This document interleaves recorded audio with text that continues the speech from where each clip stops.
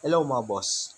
Ang gagawin natin ngayon, ayan, kung titignan nyo, bale meron tayo dito na Bluetooth speaker. Ayan. Kung papansinin nyo pala, bale naka-charge tong Bluetooth speaker. So, kanina pa pala naka-charge yan. Ayan, umilaw tong kanya indicator, meaning, nagcha-charge tong Bluetooth speaker. Kaso mga boss, although naka-charge yan, so i-power on natin. Ayan. Napansinin nyo, kahit anong power natin dito sa Bluetooth speaker, hindi pa rin nag-on. Although, naka-charge naman, ayan, dapat mag-on yan. So, yan bali ang problema nitong Bluetooth speaker. So, yan yung ayusin natin ngayon. Pero bago yan, sa mga bago pa lang dito sa ating channel, huwag sanang kalimutan mag-subscribe at pag-ipindot na rin notification bell para sa susunod na upload na gagawin natin, ma-notify kayo.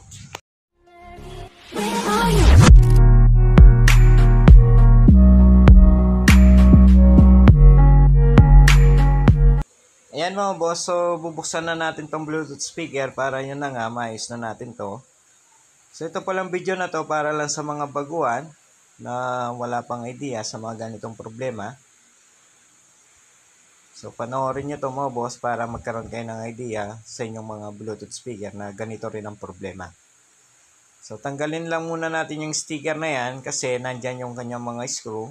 Ayan, kung titignan nyo. Ngayon, after natin matanggal yung sticker, ayan. So, tatanggalin na natin yung screw para mabuksan na natin tong Bluetooth speaker. So, sa mga ganitong problema, sasabihin na natin yung problema nito mga boss, although hindi pa natin nabuksan. Kapag ganyan ang problema ng isang Bluetooth speaker, nag-charge naman, umilaw naman yung kanyang indicator na kulay red. Matik mga boss, ang problema niyan, battery.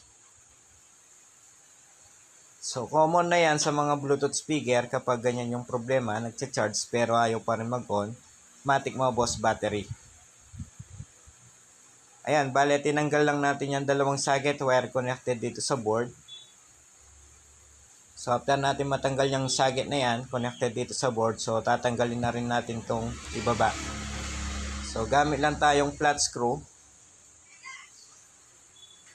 Ayan.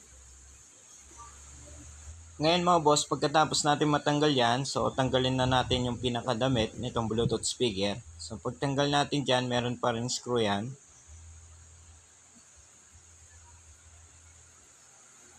So basag na pala yung pinakalagayan ng screw mga boss. Bale yan yung kanyang mga screw, so basag na pala. Kaya pagtanggal natin sa damit, nakabukas na mga boss. Ngayon, kung papansinin nyo, bale ito yung battery nitong Bluetooth speaker. So, bloated na tong kanyang battery. Ayan, lumubo na. So, kaya ayaw na mag-on tong Bluetooth speaker mga boss, although naka-charge naman. Dahil dito sa battery na yan. Ayan, kung papansinin nyo, lumubo na tong kanyang battery. So, yan bale ang papalitan natin dito sa Bluetooth speaker. Ngayon, hanap lang kung pwedeng pamalit natin dyan. So, i-post ko na muna tong video. Ayan mga boss, so meron na tayong battery na ilalagay. Kaso, ang ilalagay natin, ayan, itong lithium battery. So, yan na lang bale yung lalagay natin kasi wala tayong mahanap na battery katulad dito sa tinanggal natin dito sa Bluetooth speaker. Pero same lang yan mga boss, 3.7 volts. So, tignan natin kung meron bang karga itong battery. Pero pagkalam ko mga boss, merong karga yan. Pero tignan natin para sure. So, pansinin nyo itong ating tester. Yun mga boss, so nakita natin meron naman karga itong battery. Ayan, nasa 4 volts. So, yan na lang bali papalit natin sa battery nitong Bluetooth speaker mga boss. Pwede naman yan. Pero bago natin ilagay yan dito sa Bluetooth speaker, check na muna natin itong pinaka-board. Tignan natin kung meron bang battery protection itong kanyang board. So, sa nakikita ko mga boss, walang battery protection itong board. So, possible kaya nasira itong battery nitong Bluetooth speaker dahil wala itong battery protection. So, itong lalagay natin na battery, lalagyan natin yan para yun na nga, hindi basta-basta masira yung battery. Ayan mga boss, bale yan yung ilalagay natin na battery protection. Bale, ang volts yan ay nasa 3.7 volts. So, nabili ko lang yan mga boss sa online, Shopee. So, mura lang naman yan. So para sigurado tayo mga boss, hindi basta-basta masira yung battery na ilalagay natin dito, lalagyan natin ng battery protection. So kapag mayroong battery protection mga boss, kahit pa na maghapon or magdamag pag naka-charge ng Bluetooth speaker, hindi basta-basta masisira yung battery na nilagay natin. Ngayon mga boss, bale itatap ko na muna yung battery protection dito sa battery. So para madali na tayo mga boss, po-forward ko na yung pag-tap. Papakita ko na lang mamaya sa inyo kapag na-tap ko na yung battery protection na yan. So gawin ko lang, tap ko lang. A few moments later.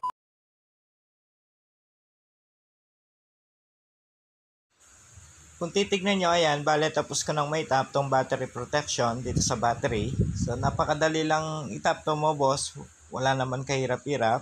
So kung nakita nyo yung diagram, sundan nyo lang yon. So itong positive terminal nitong battery protection, bale nilagyan natin ng masking tape para yun na nga hindi mag-contact dito sa body nitong battery. Kasi itong battery natin na ginamit dito mga boss, wala na yung pinaka-cover na plastic. So para hindi mag-contact tong positive dito sa body nitong battery, naglagay tayo ng masking tape. So ulitin ko mga boss, kaya naglagay ako ng masking tape dahil wala nang cover yung battery na ginamit natin. So nakita nyo naman kanina. Pero in case man kayo mga boss, in case man na meron naman balot yung inyong mga battery na gagamitin, kahit na hindi na kayo maglagay ng masking tape. Ngayon bale bubuin ko lang para matry na natin kung magawa na ba tong Bluetooth speaker.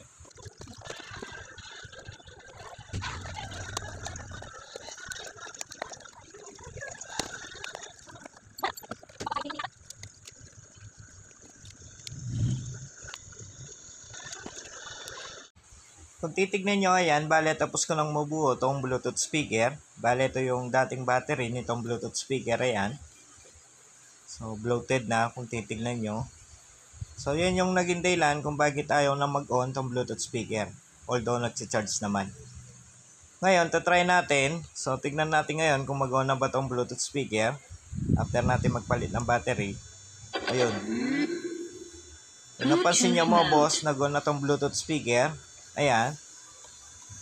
So, yun talaga ang problema, yung kanyang battery. So, try natin lagyan ng USB mo, boss. Ayan.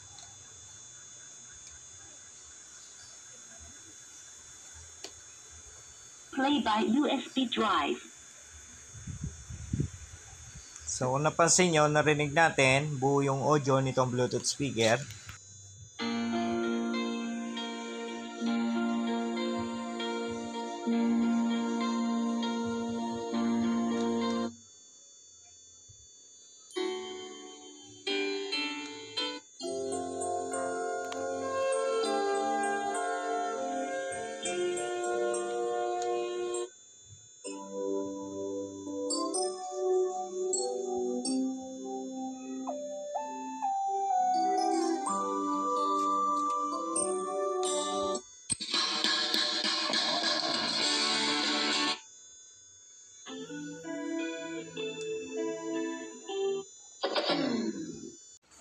Yun mga boss, so okay na to. Bale, ito talaga yung naging problema nitong Bluetooth speaker kung bakit ayaw mag-on.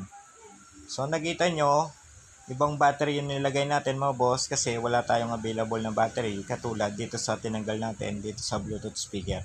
Pero ganun pa man, okay lang yan. Mas better pa nga yung nilagay natin na battery dito. Mas malaki yung amperahe. So mas mahaba yung buhay nitong Bluetooth speaker dahil sa battery na nilagay natin compared dito sa dating nakalagay. So dahil okay na to mga boss, hanggang dito na lang tong ating video. Sana kahit paano nagkaroon kayo ng idea dito sa ating video, kayong mga baguhan. So sa mga bago pa lang dito sa ating channel, wag sanang kalimutan mag-subscribe at pag-ipindot na rin notification bell para sa susunod na upload na gagawin natin, ma-notify kayo. Hanggang dito na lang, maraming salamat.